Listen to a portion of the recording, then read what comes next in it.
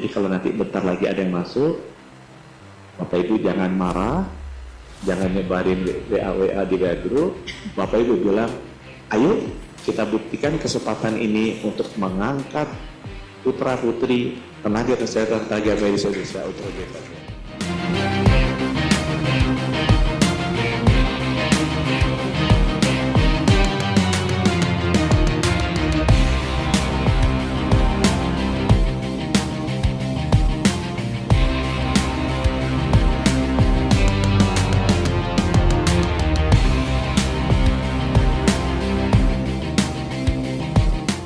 Mulai hari ini kita harus berani berbicara. Apa yang benar harus kita sampaikan. Apa keadilan harus kita sampaikan.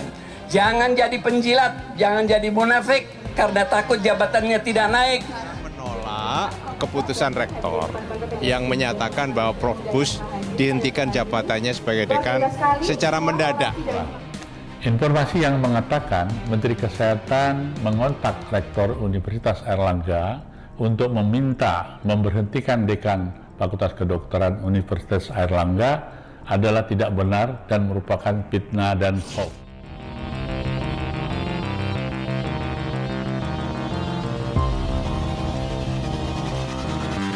Waktu kami cross-check ke Profesor Bush sendiri, beliau juga mengatakan, ya saya menerima surat itu kemarin tanpa menyebutkan alasan apa sebabnya. Iya. SK-nya pun tentu dia tidak bersedia menunjukkan. Ada dugaan Profesor Bush itu menolak gitu ya kedatangan para dokter asing. Kami terkejut. Mungkin nggak seorang rektor itu dititipi pesanan untuk mencopot seseorang? Wah, itu jawaban politis ini ya. Tentu yang bisa jawab mungkin rumput yang bergoyang aja. Akan ada dokter asing masuk ke Indonesia, maka yang harus diutamakan terlebih dahulu adalah bagaimana upaya selektif saat kita mau ke luar negeri, praktek di luar negeri. Di sana dia akan minta namanya Letter of Good Understanding, LOG. Malaysia, dokter yang di Malaysia adalah dokter asli atau dokter warga negara Malaysia. Dokter asing datang ke sini, loh, untuk apa dulu? Nggak sembarangan. Kedatangan sekian ribu dokter asing gitu lalu berpraktek di sini. Ya kami punya keahlian sendiri-sendiri, saya punya keahlian sendiri-sendiri ya. Di Surabaya gimana? Loh, saya lihatin dulu butuh apa enggak? Kalau kita di Surabaya saya cukup, ya buat apa? Apa ya bayarannya di Amerika atau di mana kurang? Apakah di sini kan ya kami terus terang aja penghasilan kami itu enggak sebesar. Ya jangan sampai nanti, mohon maaf, pemerintah mengatakan dokter asing gajinya lebih tinggi daripada dokter yang ada, yang orang Indonesia sendiri. Itu harus lebih hebat dari kita. Rasa-rasanya ada pandangan mau melihat masyarakat Indonesia hanya sebagai market sajakah?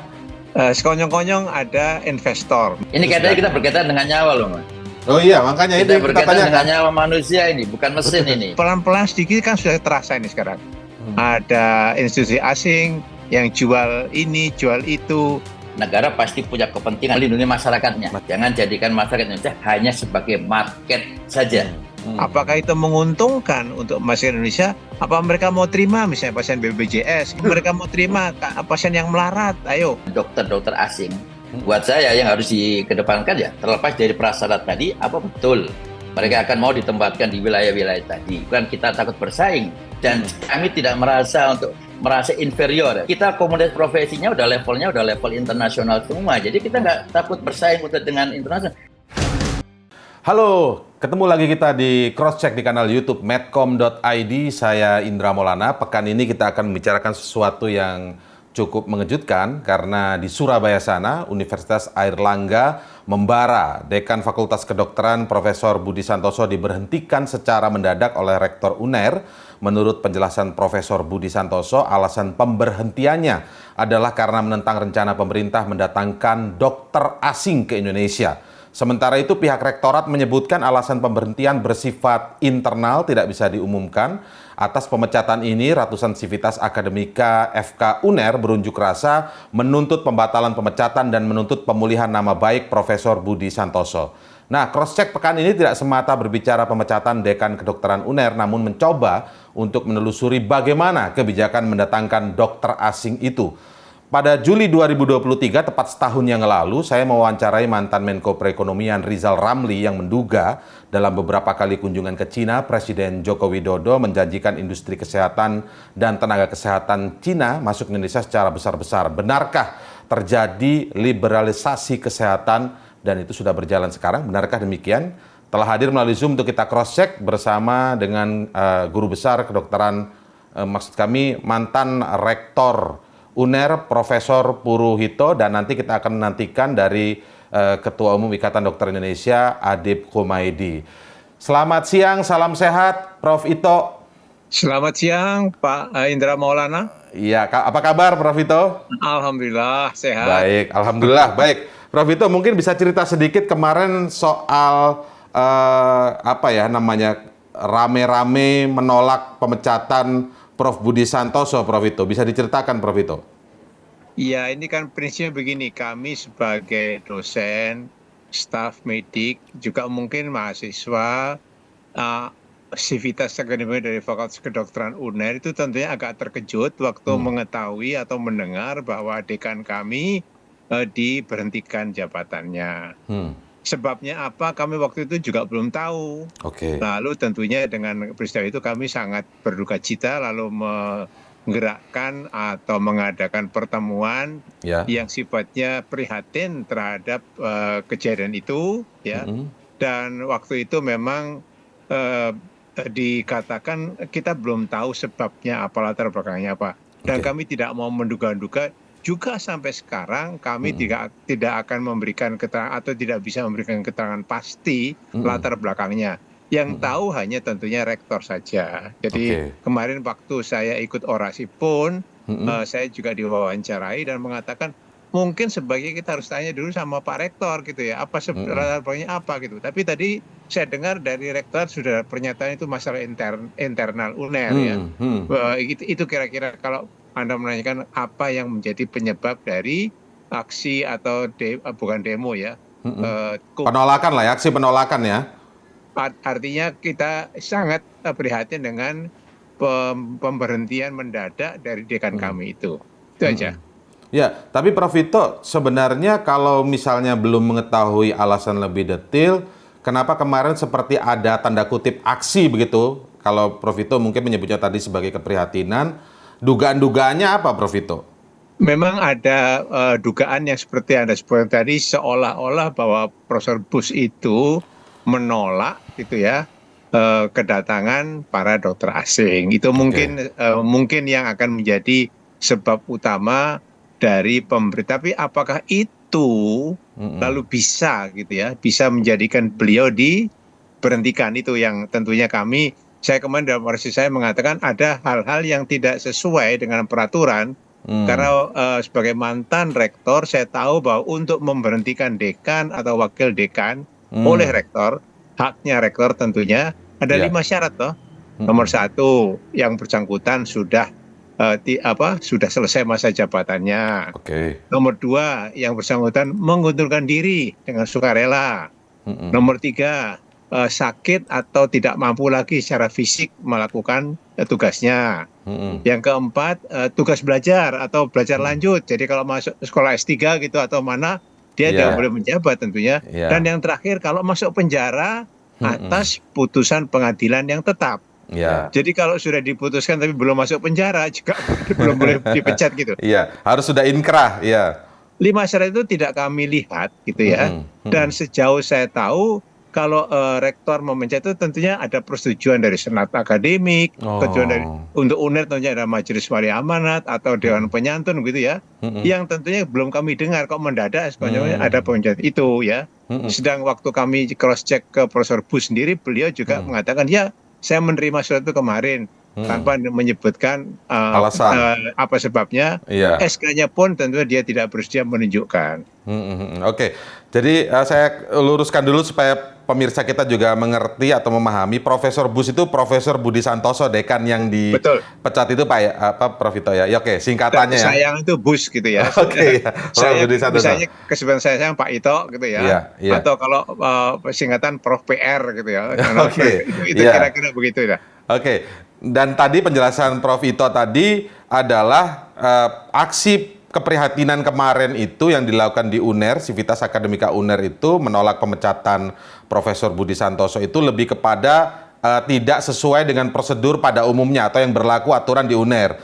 Jadi 5 syarat tadi nggak terpenuhi, terus secara prosedur melalui majelis wali amanat ya, tidak ada, tiba-tiba mendadak, berarti menduga ada apa ini kok aneh gitu kan ya Prof Vito ya? Betul, betul. Oke, tapi kalau saya boleh mundur lagi mendengar penjelasan Prof Budi Santoso yang dikutip di media ya, di sini juga dimunculkan di salah satu media, menyebutkan bahwa pernyataannya begini, ya karena rektor pimpinan saya dan saya ada perbedaan pendapat dan saya dinyatakan berbeda, ya keputusan beliau ya diterima.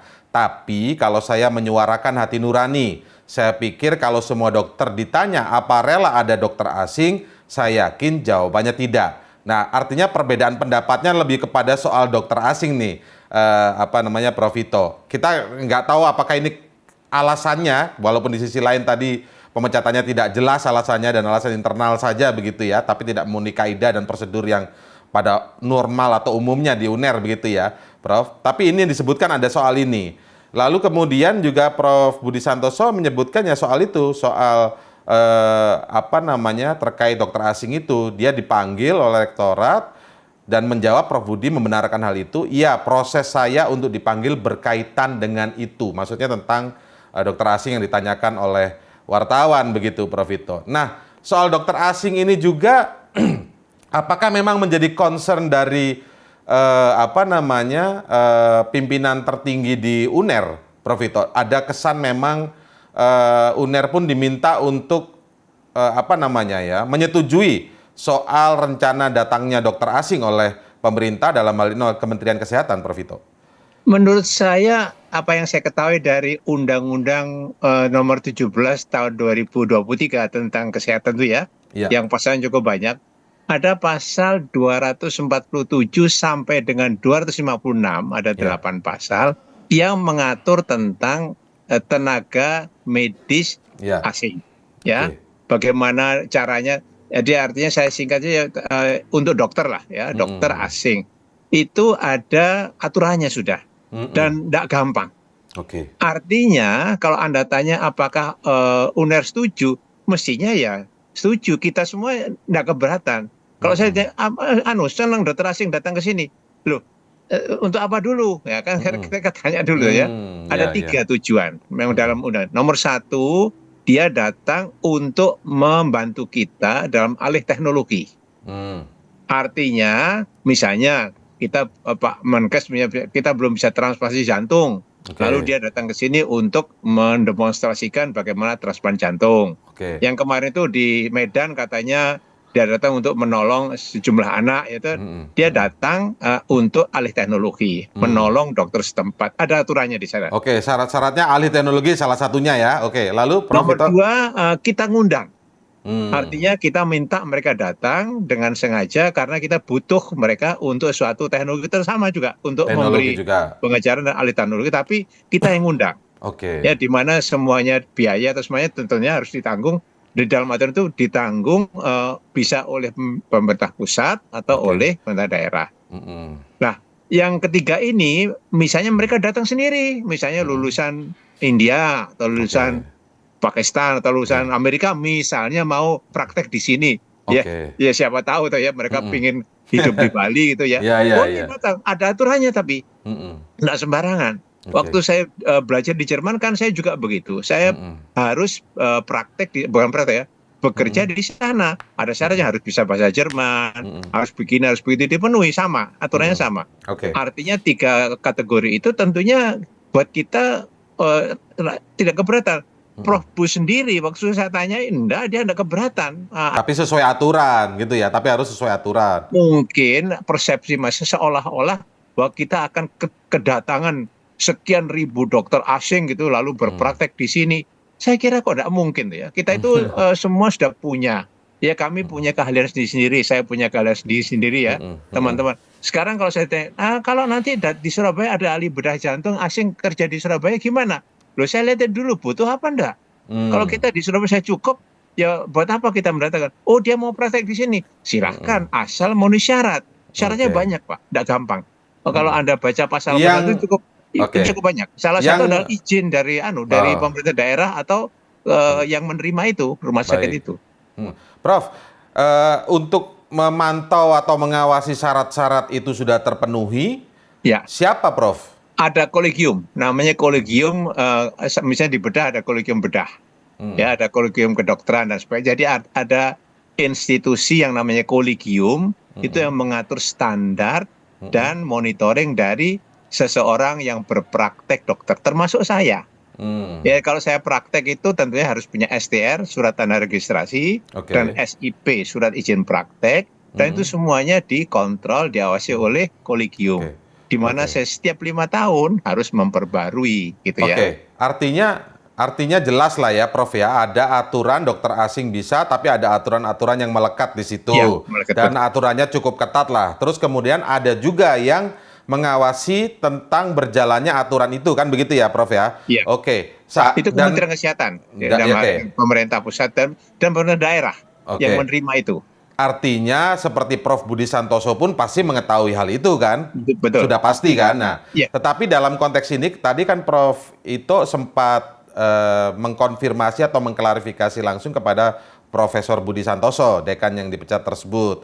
Iya. Nah, dan jawabannya adalah ya sebenarnya kalau sesuai aturan setuju dong, tentu saja begitu ya. Iya. Karena itu sudah peraturan perundangan juga. Tapi kalau yang dimaksud di dalam pernyataannya kepada wartawan ini kira-kira apa Prof? Karena ada pernyataan bahwa kalau semua, kan begini perkataannya, ada perbedaan pendapat. Saya dengan pimpinan rektor, ya, oke, dan saya dinyatakan berbeda, ya keputusan beliau diterima. Tapi kalau saya menyuarakan hati nurani, saya pikir kalau semua dokter ditanya, apa rela ada dokter asing? Saya yakin jawabannya tidak. Ini perkataannya yang di-quote loh, ini bukan beritanya ya Prof, ini quotation atau cuplikan pernyataannya langsung begitu. Dari Prof Budi Santoso. Artinya kira-kira lebih detailnya ada soal apa nih Prof Budi ini kira-kira? Jangan-jangan ada soal informasi dokter asing akan datang, jangan-jangan nih ya, dan tanpa melalui prosedur yang semua itu tadi Prof? Kelihatannya begini, kalau saya melihat urutan, meskipun ini tidak langsung terkait, Prof Budi Santoso itu kan dekan, dan mungkin pada salah satu pelantikan dokter, mungkin yang baru saja terjadi beberapa waktu yang lalu, beliau mengatakan kepada para lulusan dokter itu agar selalu inovatif, selalu belajar lanjut, memperdalam ilmunya atau mengambil spesialisasi agar tidak tersaingi oleh dokter asing yang bisa nanti datang di Indonesia. Itu kira-kira begitu. Jadi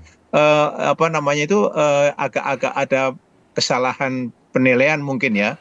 Jadi saya mengerti beliau ingin supaya dokter Indonesia ini jangan kalah sama dokter asing, sebab nanti bakal ada dokter asing yang bisa datang di Indonesia. Salah penilaian oleh rektor yang memanggilnya gitu ya Prof? Nah, sekarang apakah beda pendapat itu ada dalam artian bisa menyebabkan dia diberhentikan, itu yang kami sampai sekarang belum tahu. Tadi saya katakan kami internalnya itu apa belum tahu. Ya kan itu tentunya antara rektor dan Profesor Budi sebagai dekan, saya nggak tahu ada apa itu. Saya juga tidak bisa menjawab tentunya. Iya, baik. Siapa tahu mungkin Prof itu dipecat gitu ya.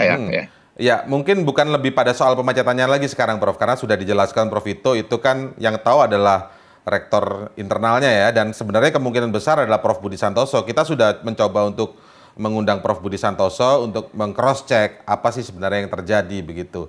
Karena ini menjadi perhatian publik ketika bicara soal dokter asing dan lain sebagainya.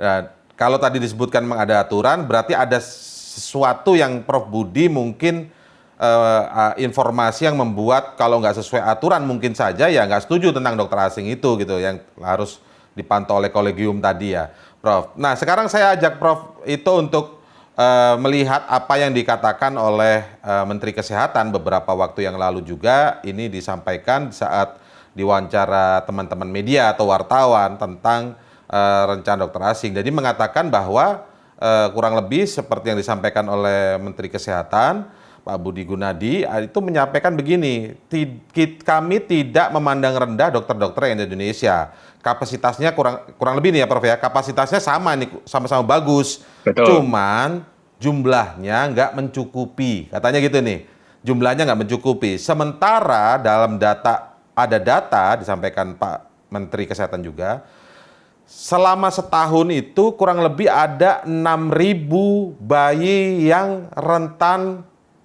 kehilangan nyawa karena kekurangan dokter itu. Dokter jantung kurang lebih kalau tidak salah.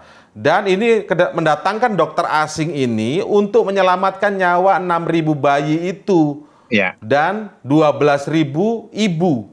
Gitu. Ini ceritanya begitu nih Prof. Nah menurut Prof Ito yang juga di akademisi kesehatan seperti apa melihatnya Prof Ito?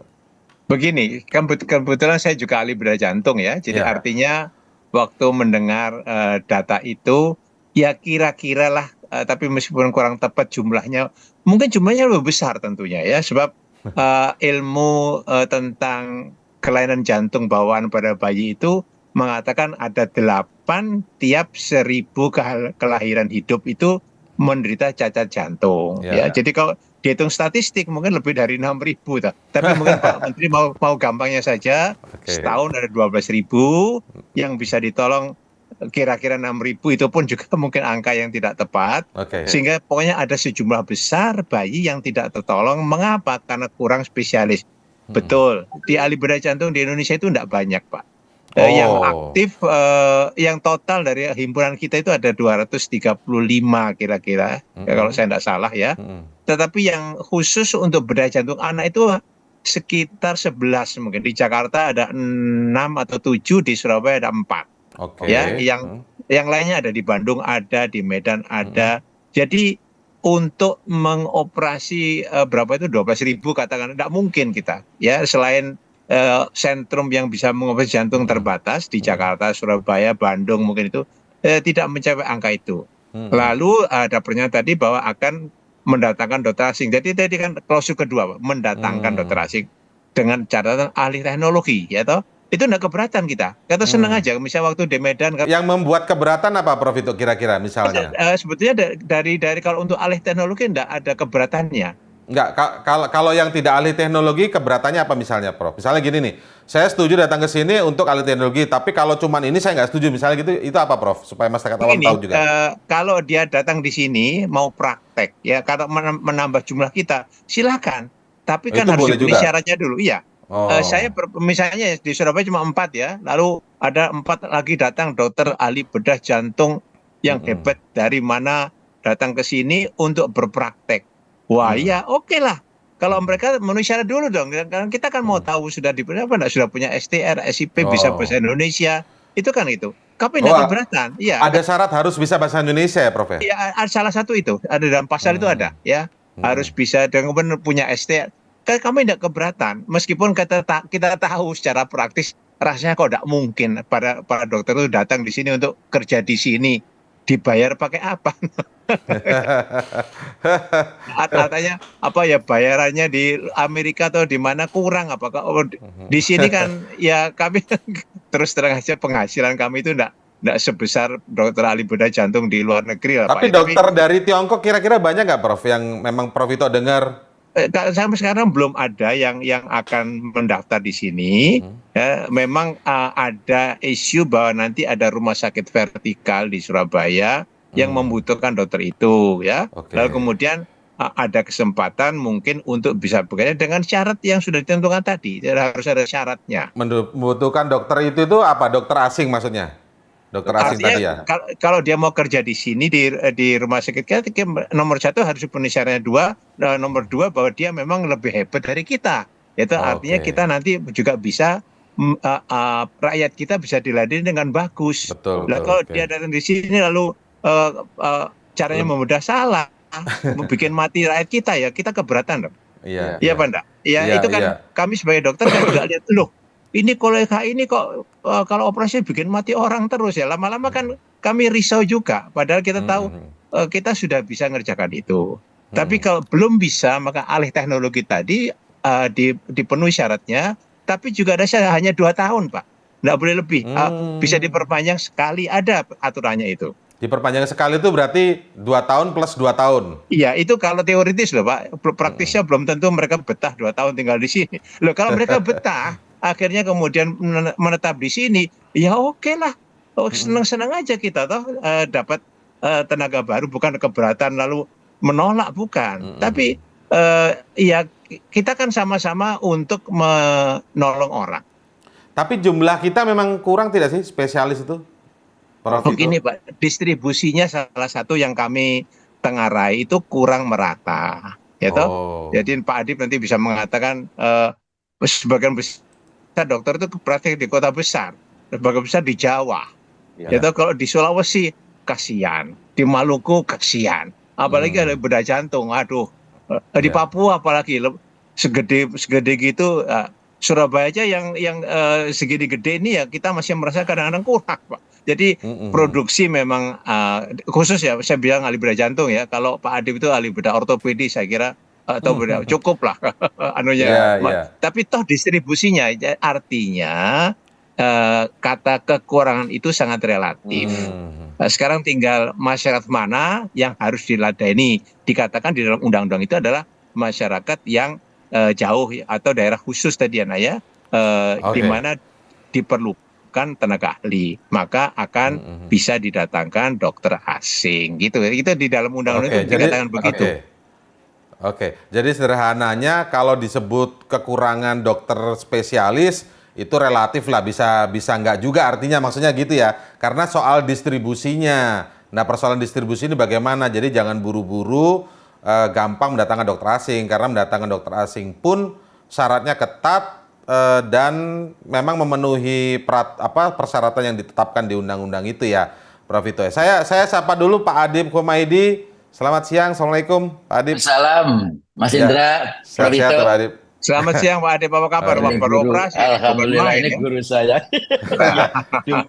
Jumat itu hari pelayanan, Prof. Oh iya. Sama hari Prof. ibadah dan pelayanan itu ya. Prof. Vito juga nih, Prof. Vito.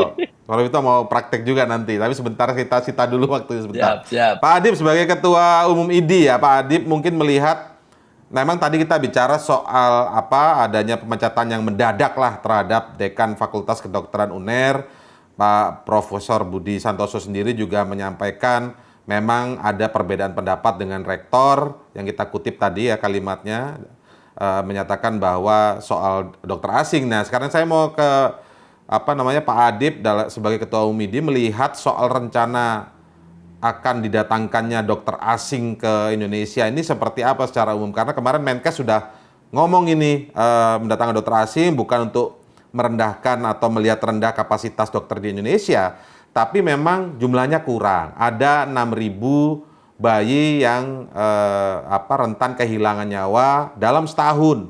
Ya, sakit jantung, Pak. Sakit jantung. Sakit jantung dalam konteks jantung ya, gitu Pak Adib. Bagaimana Pak Adib melihat ini? Ya, terima kasih Mas Indra. Jadi kalau gini, yang harus dipahami sebenarnya pembicaraan terkait dengan dokter asing itu kan bukan pembicaraan yang baru saja sekarang kita diskusikan. Bahkan saya terlibat sampai ada pertemuan namanya CCS meeting. AJCCM itu ASEAN Joint Committee Meeting untuk Medical Practitioner. Jadi ada AJCCM, ada AJCC Dentist, ada AJCC Nurse.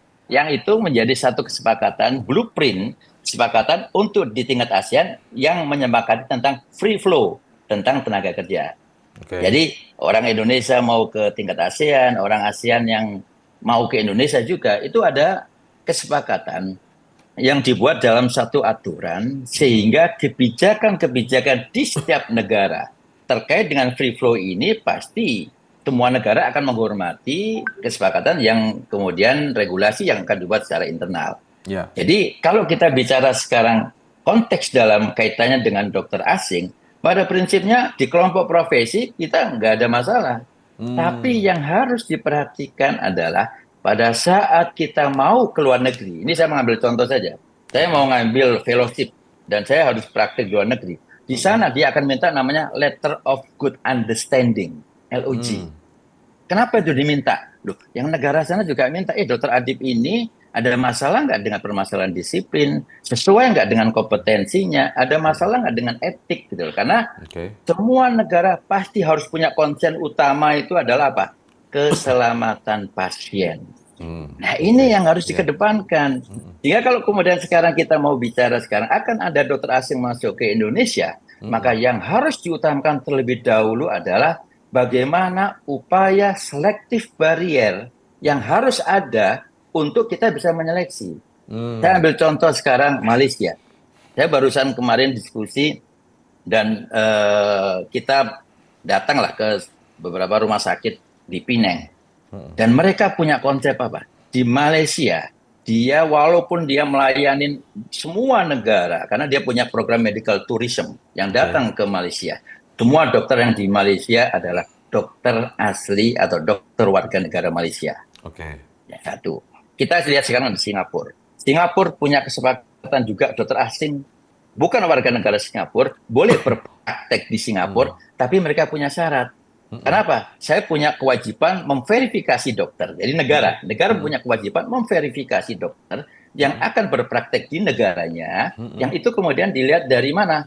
Kalau umpamanya lulusan dari Australia, dia punya aja beberapa rekomendasi saja. Oh, ini lulusan dari Fakultas Kedokteran dari Sydney umpamanya. Kemudian dari Melbourne, ada nama-namanya. Bahkan dia hanya merekomendasikan yang bisa berpraktek di Malaysia. Yang bisa berpraktek di Singapura, yang dari Malaysia hanya 2, dari UKM sama Universitas Malaya. Dari India hanya 2, yaitu yang pertama adalah Universitas di New Delhi, semua Universitas Fakultas Kedokteran di New Delhi, sama Universitas saya lupa Katolik atau apa yang dari India. Jadi dia punya rekomendasi. Kenapa? Tujuannya apa sih semua negara melakukan itu? Harus ada proses seleksi yang negara harus mengedepankan kepentingan keselamatan pasien. Saya tentunya punya dalam konteks bukan kita takut bersaing dan kami tidak merasa inferior karena komunitas profesi ya Prof ya. Prof itu kami di ortopedi kita komunitas profesinya udah level internasional semua. Jadi kita nggak takut bersaing dengan internasional. Tapi kami punya kewajiban untuk menyampaikan kepada negara. Negara harus punya kepentingan melindungi masyarakatnya, jangan sampai masyarakat itu hanya menjadi objek market yang kita tidak tahu siapa yang mau datang ke Indonesia. Itu Mas Indra yang harus dikedepankan. Berarti levelnya ini lebih dalam lagi. Maksudnya begini, jadi soal setuju atau tidak setuju dokter arti sudah selesai. Semua setuju lah dengan syarat-syarat yang melekat. Tadi Pak Ito menggambarkan di undang-undang, Pak Adib juga menggambarkan contoh di negara-negara lain. Semakin komprehensif ini perbincangan kita ini. Karena saya penasaran nih. Tadi dicontohkan di Malaysia bagaimana di Singapura juga ada. Nah, kalau Indonesia sendiri itu syarat-syaratnya apa misalnya Pak Adib? Maksudnya gini, apakah juga ada syarat yang dimintakan untuk khusus, misalnya kalau dari Amerika, lulusan Amerika, dia di universitas apa saja? Di misalnya negara lain juga. Apakah juga ada yang di Tiongkok? Ada syaratnya juga nggak kira-kira Pak Adib? Ya, jadi memang kalau kita tidak punya data untuk verifikasi tentang dia lulusan dari mana. Jadi kalau umpamanya yang tadi saya sampaikan untuk Singapura Council, ya dia ada Singapore Medical Council-nya. Dia punya referensi dan dia melakukan verifikasi untuk lulusan-lulusan dari Fakultas Kedokteran universitas yang memang dia approval untuk masuk ke Singapura.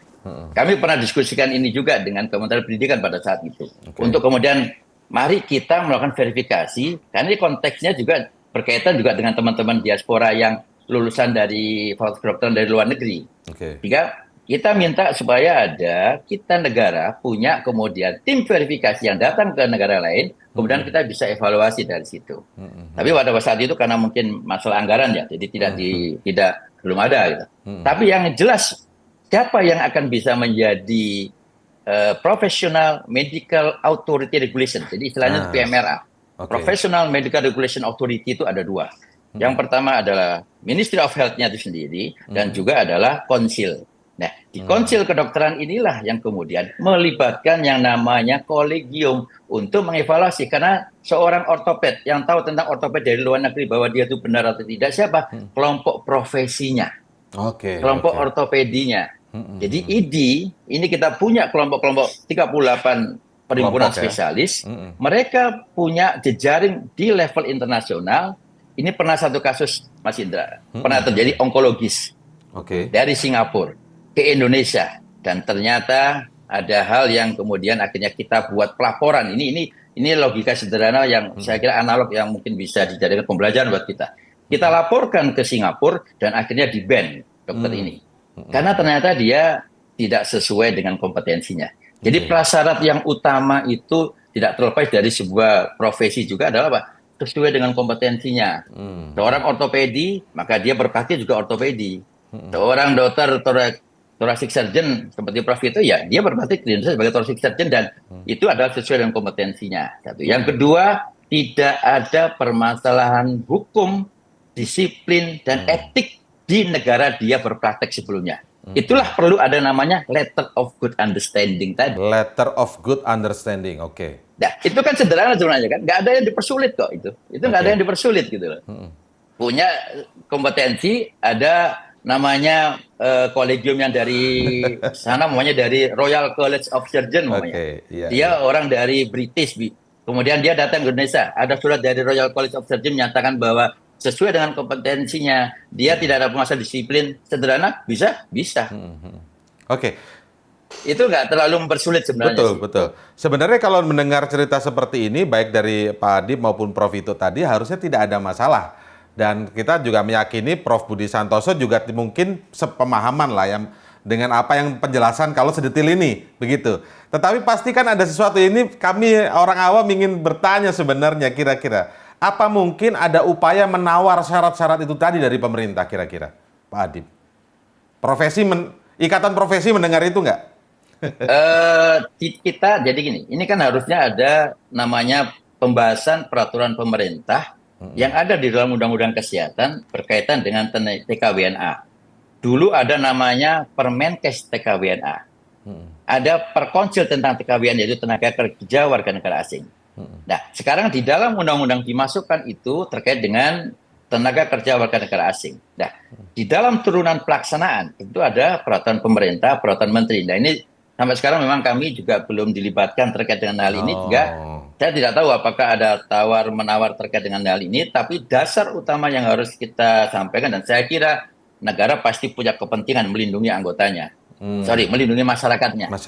Ya. Negara pasti akan melindungi masyarakat. Dan yang utama adalah melindungi masyarakat. Tadi kalau membahasakannya di publik, jangan jadikan masyarakat Indonesia hanya sebagai market saja.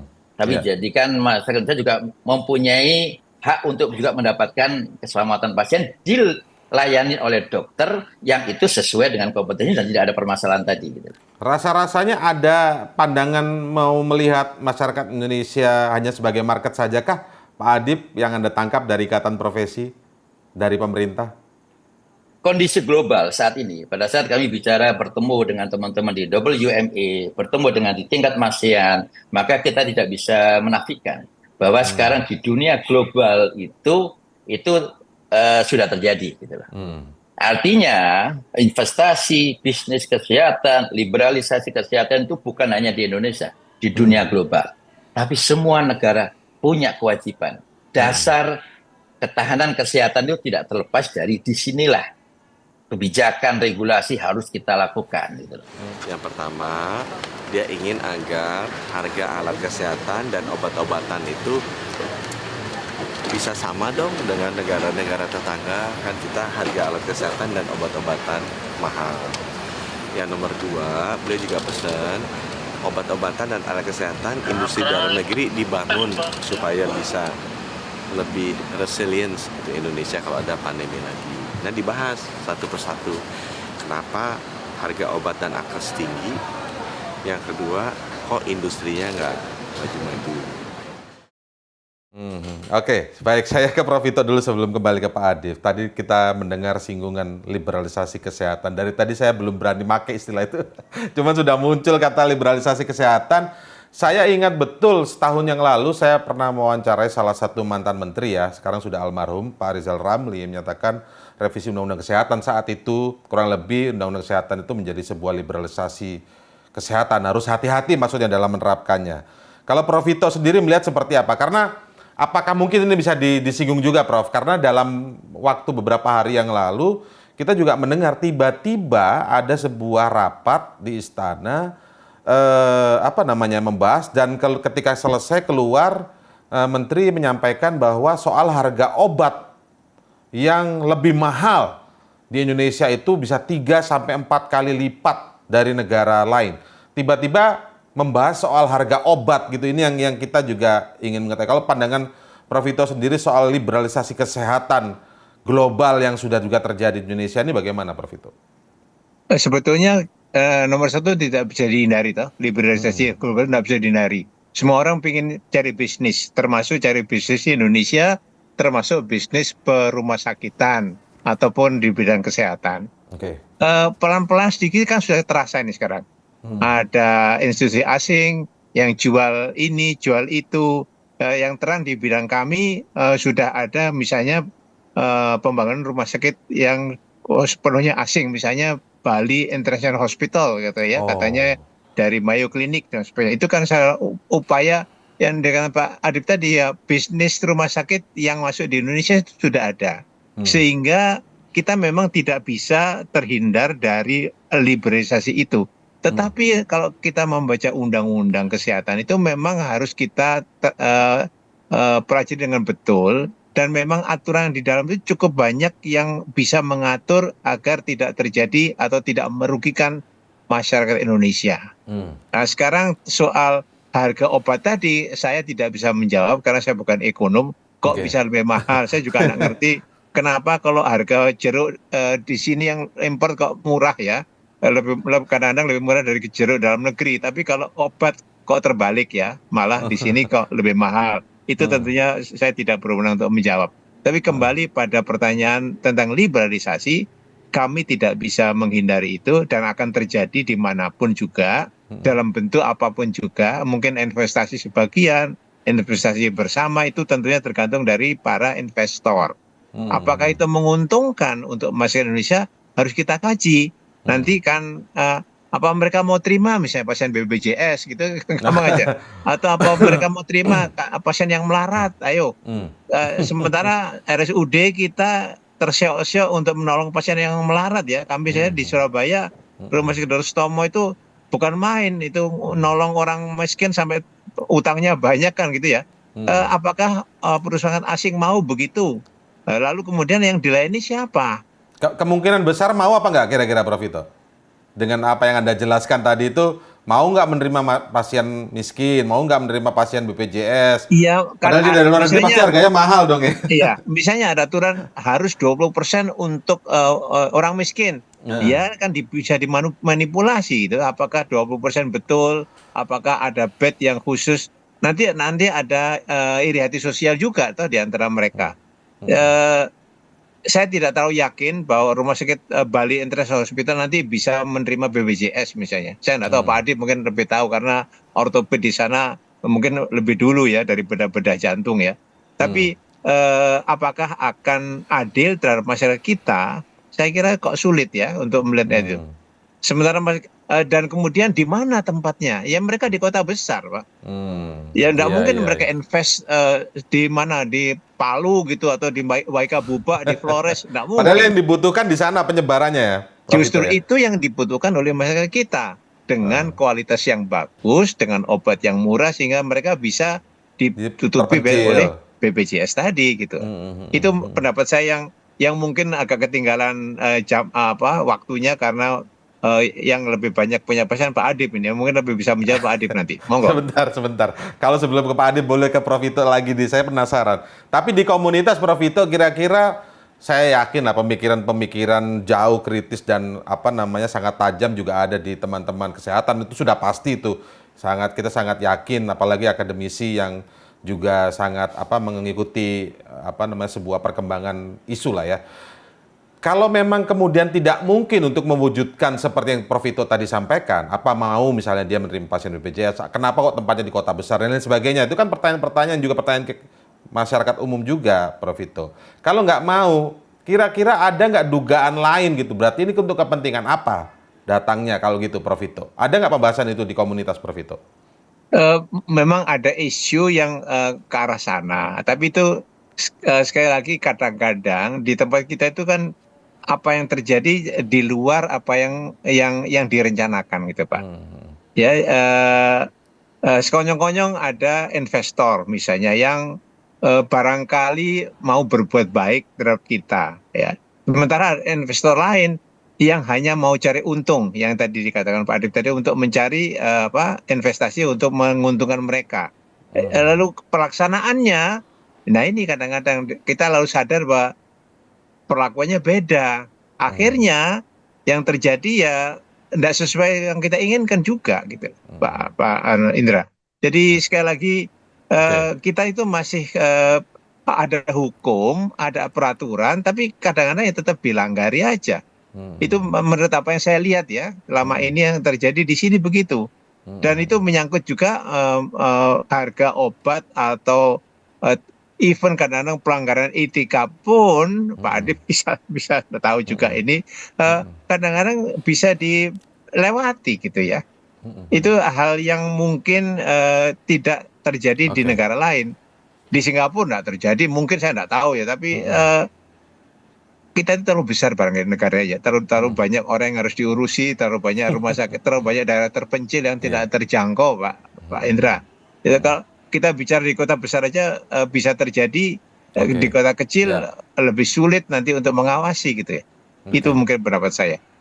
Baik, Pak Adip, sebenarnya kebutuhan, kan kita tentu begini, kalau ada dokter asing yang masuk ke Indonesia dengan spesifikasi yang memang mumpuni, jauh lebih baik, tentu akan menguntungkan buat masyarakat sebagai misalnya pasien nanti, begitu kan. Tentu menyambut gitu dengan memenuhi syarat-syarat yang ketat tadi. Tapi kalau penempatannya misalnya ternyata banyak di kota-kota besar saja dan kemudian tidak merata, terus pertanyaan selanjutnya juga, apakah memang kita kurang spesialis, kekurangan spesialis sebenarnya, Pak Adip? Ya, jadi yang harus dilihat begini Mas Indra. Kalau kita bicara terkait dengan permasalahan nanti dokter asing yang akan masuk, sekarang dasar ini ya, dasar yang kemudian mau kita pakai ini ya. Apakah karena kita kekurangan dokter, ataukah karena kebutuhan terkait dengan industri kesehatan? Karena pada ada satu penelitian dari McKinsey tahun pasca COVID 2022, bahwa industri yang paling stabil pada saat COVID itu terutama dua besar, pharmaceutical company dan healthcare services. Sehingga kalau kemudian sekarang dunia global melihat bahwa kesehatan ini menjadi sebuah market, kita tidak salah karena itu global memang. Dan kalau kemudian ada satu kepentingan bahwa nanti akan ada private sector di hospital, rumah sakit swasta besar yang ingin mendatangkan dokter asing, ya buat kita karena kebutuhan tadi sehingga ada usaha untuk bisnis di dalam kesehatan mencoba untuk kemudian menangkap itu dengan cara mendatangkan dokter asing. Tapi buat kami tadi, kalaupun nanti private sector akan memakai dokter asing, maka tetap harus dengan syarat-syarat yang juga harus ditetapkan. Kenapa? Karena kepentingan kita adalah juga melindungi pasien, melindungi warga negara Indonesia. Sehingga itu harus tetap dilakukan, itu bukan mempersulit kok. Letter of good understanding dan kompetensi itu dua hal yang saya kira di semua negara itu sudah dilakukan dan bukan sebuah yang kondisi yang mempersulit gitu. Nah, itu yang pertama. Yang kedua, kalau kemudian kaitannya dengan untuk mengisi dokter asing, ya terlepas dari Prof. Vito tadi menyatakan ya, kayaknya kan nggak mungkin ya kemudian kita tempatkan di mana-mana ya. Tapi yang harus dipahami juga, ini masyarakat harus juga tahu bahwa datangnya dokter asing di Indonesia itu sebenarnya nggak usah kemarin teman-teman dari Arab Saudi yang ikut operasi, itu udah biasa. Kita yang namanya joint operation, dalam konteks itu namanya transfer of knowledge, dalam konteks itu baksos, itu banyak sudah terjadi dan itu is okay gitu loh. Karena itu pembelajaran buat kita. Tsunami Aceh, kemudian gempa Jogja, banyak sekali teman-teman dari luar negeri, teman-teman ortoped dari luar negeri yang datang, yang kemudian akhirnya joint operasi dengan kita semua, is okay, nggak ada masalah gitu loh. Karena kebutuhan pada saat itu yang memang membutuhkan itu. Nah, sekarang kalau kemudian itu kita jadikan dasar bahwa kita ingin mendistribusikan atau mengisi wilayah-wilayah yang nggak ada dan kemudian diisi dengan dokter-dokter asing, buat saya yang harus dikedepankan ya terlepas dari prasyarat tadi, apa betul mereka akan mau ditempatkan di wilayah-wilayah tadi. Karena ini kebetulan saya termasuk yang sudah dari Sabang sampai Papua ya, sampai Raja Ampat, sampai di kepulauan yang paling ujung perbatasan dengan Halmahera. Di situ kita memang melihat permasalahan-permasalahan yang utama bukan hanya masalah SDM, tetapi juga infrastruktur. Tentang obat, Terus terkait juga dengan transportasi. Dan yang paling utama adalah perhatian pemerintah daerah terhadap tenaga kesehatan yang ada di wilayah tersebut. Nah, problemnya di situ. Ayo kita selesaikan itu dulu. Buat saya sekarang, yang harus ke depan kalau kita bicara dokter asing, satu, nasionalisme. Yang kedua, terkait dengan tadi, bahwa harus ada keadilan. Ya jangan sampai nanti, mohon maaf, pemerintah mengatakan dokter asing gajinya lebih tinggi daripada dokter yang ada, yang orang Indonesia sendiri. Nah, ini keadilan ini. Nah, inilah gitu loh, yang harus dikedepankan sehingga solusi untuk mengatasi pemerataan itu berkali-kali kita sudah sampaikan dan saya punya satu lesson learned dengan teman-teman Papua. Bagaimana Universitas Cendrawasih yang lulusannya pertama, kemudian dibiayai oleh pemerintah daerah, disekolahkan spesialis di UGM, dan sekarang mereka balik ke Papua, di Jayapura. Dedikasinya saya acungin jempol, luar biasa. Mereka bahkan pada saat insentifnya diturunkan oleh Pemda, mereka tidak keluar dari daerahnya karena saya lahir dan saya akan mengabdi di daerah.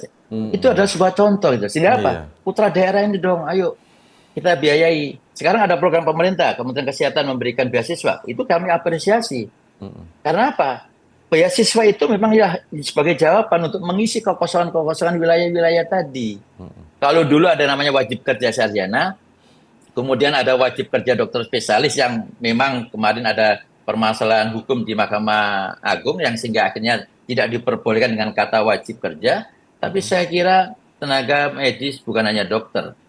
Tenaga kesehatan itu harus menjadi tenaga strategis yang memang mulai dari pendidikan harus ada tangan pemerintah ikut terlibat. Jika nggak ada lagi yang bilang, oh pendidikan di kedokteran mahal. Dulu zaman saya ya Prof ya, apalagi zaman Prof subsidi ya. Kalau kami dulu tidak ada subsidi, mungkin saya nggak bisa sekolah jadi dokter.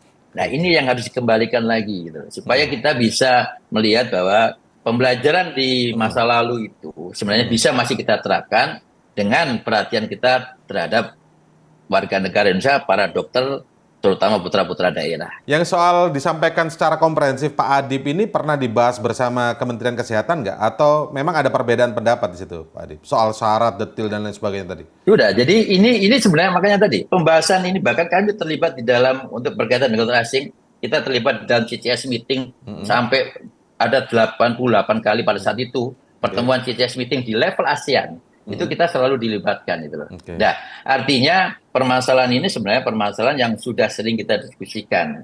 Dan tentunya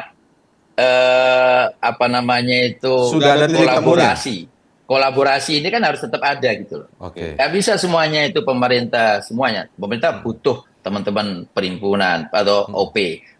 Pemerintah juga butuh kolegium. Pemerintah juga butuh institusi pendidikan, sehingga jalinan kolaborasi memang selama ini sudah berjalan dengan baik. Nah ini yang saya kira perlu tetap dijaga dan ditingkatkan gitu lah.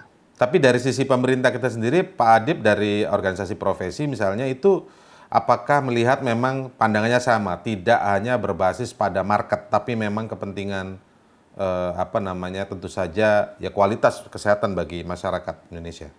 Ya itu selalu yang harus kami kedepankan. Kami tidak menafikan ada kepentingan negara, apalagi dengan saat ini ya, di dalam kaitan dengan investasi. Tapi tetap yang harus dikedepankan adalah menjaga siapa? Menjaga masyarakat, menjaga rakyat kita. Itu yang paling utama, Mas Indra. Jadi nggak ansih hanya ngomong investasi saja nih pemerintah. Betul. Ini kaitannya kita berkaitan dengan nyawa loh, Mas. Oh iya, makanya kita itu berkaitan dengan nyawa manusia ini, bukan mesin ini. Iya. Kita berkaitan juga dengan para generasi emas kita, anak-anak kita yang nanti akan kemudian menjadi pemimpin bangsa. Dan ini kan kesehatan masyarakat juga harus kita kedepankan. Betul. Nah, tadi makanya kan ketika dikarenakan apakah mau ke daerah-daerah terpencil dan lain sebagainya, itu kan kesannya pertanyaan itu muncul pasti nggak mungkin mau kan gitu jadinya. Ini kurang lebih Pak Adib juga seperti itu, Prof Vito. Nah, saya ingin kemudian sampai di titik ini ingin bertanya tentang bagaimana sebenarnya kemudian tentang liberalisasi kesehatan yang tidak bisa dihindari, tapi memang kita menjaga betul bahwa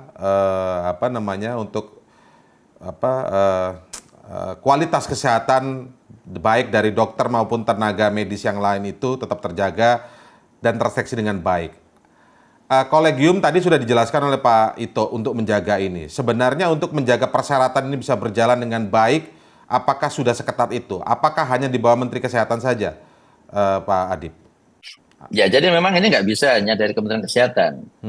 Kementerian Luar Negeri juga saya kira punya kepentingan juga terkait dengan hal itu. Terus kemudian berkaitan juga dengan Kementerian Investasi juga. Jadi ini juga nanti harus kita samakan persepsinya gitu loh. Dan saya yakin kok di semua pemimpin di negara kita juga punya konsep yang sama sebenarnya terkait dengan pelindungan kepada warga negara ini.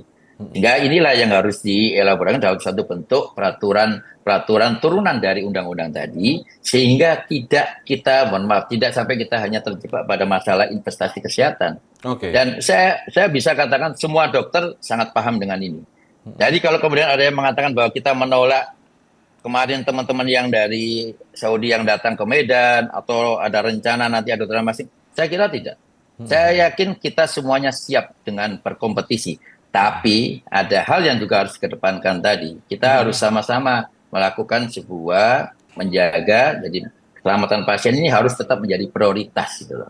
Patient safety itu harus menjadi prioritas utama gitu. Sehingga hal ini tentunya nanti dibuat dalam satu bentuk regulasi-regulasi yang ada gitu. Pak Adip sekalian juga saya ingin penasaran nanya, apakah memang harga obat itu menjadi sebuah concern di komunitas atau di organisasi profesi sekarang ini? Karena tiba-tiba Presiden menyampaikan itu 3 kali lebih mahal. Ya, jadi gini, diskusi tentang masalah obat ini kan sama, Mas Indra. Diskusi yang panjang sebenarnya. Jadi kita dulu pernah juga memberikan, dan kami selalu dilibatkan dalam aspek yang berkaitan dengan permasalahan harga obat ini. Obat dan alat kesehatan di Indonesia ini kita bisa katakan mahal. Kenapa? Saya ambil contoh obat. 90% bahan baku obat kita impor. Loh, apakah kita nggak punya bahan baku obat? Punya.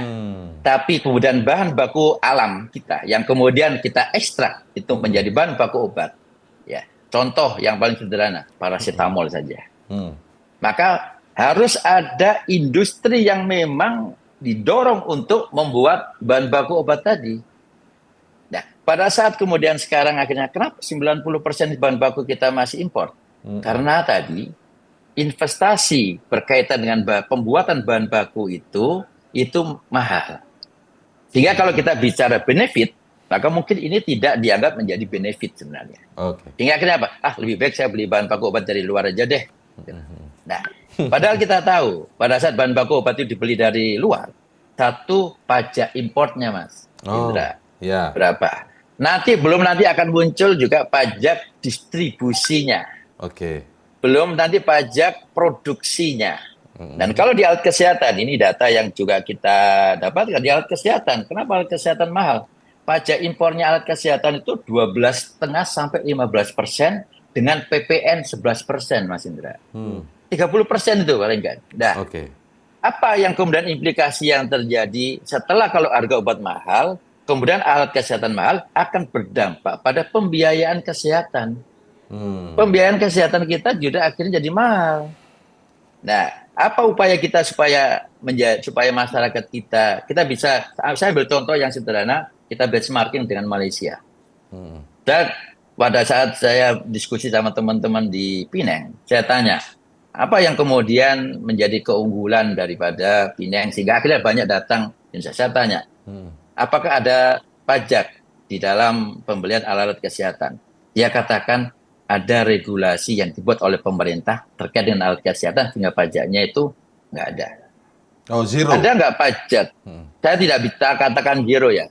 Tapi yang zeronya itu adalah kalau ada pasien dari luar atau warga negara dari luar Malaysia datang ke Indonesia, maka ada kebijakan tax free dari negara. Sehingga medical tourism yang ada di Malaysia itu bukan di bawah Kementerian Kesehatan, Mas Indra, tapi di bawah Kementerian Keuangan. Nah, ini menarik sebenarnya. Dan itu bisa menghasilkan sekian puluh triliun per tahun. Dan itu menjadi satu hal yang menjadi pendapatan devisa, Mas. Jadi kebijakan-kebijakan ini yang saya kira disinilah yang kemudian perlu juga nanti perlu ada kebijakan dari Kementerian Keuangan terkait dengan masalah kesehatan ini tadi. Kalau Indonesia ini menarik memang dalam konteks menjadi bagian investasi kesehatan, maka jangan kemudian hanya ya tadi hanya masyarakatnya menjadi objek saja, tapi kita kalau bisa memberikan sebuah pelayanan, termasuk juga bagaimana kita menyikapi untuk bisa menurunkan harga obat, karena itu dampaknya itu akan sangat terasa kalau harga obat turun, alat kesehatan turun, pembiayaan kesehatan turun, dan buat kami di pelayanan. Kita sekarang dihadapkan dengan pembiayaan apalagi pasien BPJS yang mungkin tidak semua sesuai dengan real cost-nya. Pak Adib, jadi sederhananya kalau soal harga obat itu agar bisa turun, bukan kita impor obatnya ya, tapi bagaimana menghapus pajak. Salah satu aspeknya terkait dengan teks tadi. Teks tadi, pajak tadi ya. Oke, baik, sebagai penutup nih sekarang kembali ke Prof Vito. Prof Vito, karena kita memulai tadi perbincangan soal pencopotan Prof Budi Santoso sebagai dekan, artinya selanjutnya seperti apa ini tuntutannya, Prof? Karena apakah tetap sama tuntutannya ataukah hanya aksi keprihatinan kemarin saja itu, Prof Vito? Apa ini tetap tuntutannya tetap jalan atau bagaimana? Ya, kami bermaksud agar seyogianya rektor mempertimbangkan kembali pemecatan atau itu, mungkin harus dikembalikan lagi jabatannya. Apakah itu bisa terjadi, saya belum tahu. Karena ya saya sudah mantan, meskipun kalau Anda jadi rektor gimana? Bisa mencabut. Kalau saya sih ya tidak akan mencat gitu. Kan gitu ya. Jadi nggak mungkin. Ya, tidak akan, lalu kemudian tidak mungkin menjawab. Kecuali ada syarat-syarat tadi yang dipenuhi ya. Dan bukan mau mencat, mau menghentikan ya, menghentikan masa jabatan. Tapi kelanjutan dari aksi kemarin adalah kami mengharapkan bahwa Pak Rektor bisa kemudian merehabilitir jabatan Prof Bus, karena kami menganggap Prof Bus itu sampai sekarang telah membawa kami, Fakultas Kedokteran UNER, ke level yang cukup terkenal di dunia internasional, dan justru membawa kemajuan untuk UNER sendiri gitu loh. Jadi kedokteran UNER itu termasuk salah satu fakultas yang saya kira juga sama di tempat lain, yang membawa nilai satu universitas menjadi makin moncar gitu ya. Mungkin UI ada ekonominya, kalau UNER kan kedokterannya, atau yang ya Pak Adib juga lulusan kami kok, jadi ya kami bangga begitulah kira-kira. Jadi itu jawaban atas keberlanjutannya bagaimana. Singkat kami saja tidak penutup. ingin akan menjadi keberlanjutan yang destruktif gitu, jangan sampai itu terjadi. Ya, singkat saja Prof Vito, mungkin nggak seorang rektor itu dititipi pesanan untuk mencopot seseorang? Wah, itu jawaban politis ini ya. Tentu yang bisa jawab mungkin rumput yang bergoyang aja. Oke, kalau gitu kita nantikan perkembangan bagaimana yang terjadi terhadap Profesor Budi Santoso. Prof Purwito, terima kasih atas waktunya, kami hormati sekali. Pak Adib, Ketua Umum IDI, terima kasih, kami hormati waktunya. Selamat praktek ini, Prof Vito masih praktek nih, Pak Adib juga berikan praktek. Terima kasih ya, terima kasih. Selamat siang, Assalamualaikum warahmatullahi wabarakatuh. Waalaikumsalam warahmatullahi wabarakatuh. Terima kasih Prof. Mas Indra, terima kasih. Ya, itu tadi diskusi kita di akhir pekan kali ini untuk melihat bagaimana atau apa yang sebenarnya terjadi terkait dengan pencopotan Dekan Fakultas Kedokteran di Universitas Airlangga Surabaya atau UNER, yang kemudian kita tahu dugaannya adalah karena Profesor Budi Santoso menolak tentang datangnya dokter asing di Indonesia. Kita sudah diskusikan tadi, semoga ini menambah wawasan kita semua. Saya Indra Maulana mengucapkan terima kasih. Anda terus menyaksikan Cross Check setiap akhir pekan di hari Minggu pukul 10 waktu Indonesia Barat. Sampai jumpa.